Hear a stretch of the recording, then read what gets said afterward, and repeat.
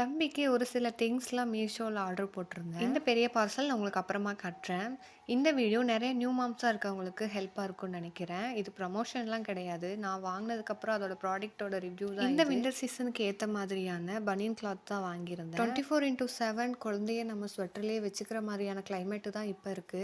Sweater use பண்ணிட்டே இருந்தனாலயே என்னவோ குழந்தைக்கு கையெல்லாம் ரேஷஸ் வர ஆரம்பிச்சிருச்சு. அத அவாய்ட் பண்றதுக்காக தான் இந்த கிளாத் வாங்கியிருந்தேன். உண்மையிலேயே சொல்லணும்னா ரொம்ப சூப்பரா இருந்துட்டு.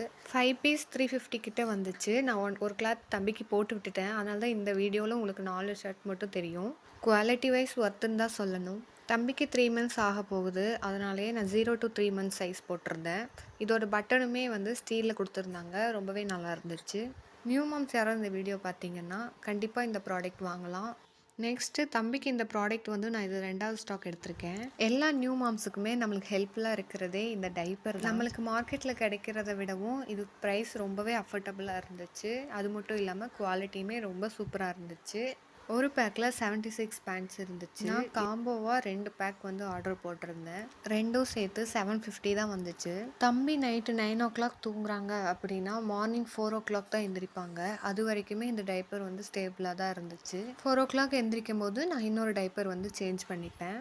இந்த வின்டர் சீசன்ல குழந்தைங்க யூரின் போயிட்டே தான் இருக்காங்க. பெர் டேக்கு 20+ பேண்டீஸ் நம்ம யூஸ் பண்ண வேண்டியதா இருக்கு.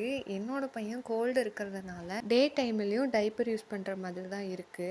திரும்பவும் சொல்றேன், இது ப்ரமோஷன் கிடையாது. நிறைய நியூ மாம்ஸ்க்கு இருக்க கன்ஃபியூஷனை கிளியர் பண்ற மாதிரியான வீடியோ தான் இது. கண்டிப்பா இந்த 2 ப்ராடக்ட்டுமே உங்களுக்கு பிடிச்சிருக்கும்னு நினைக்கிறேன்.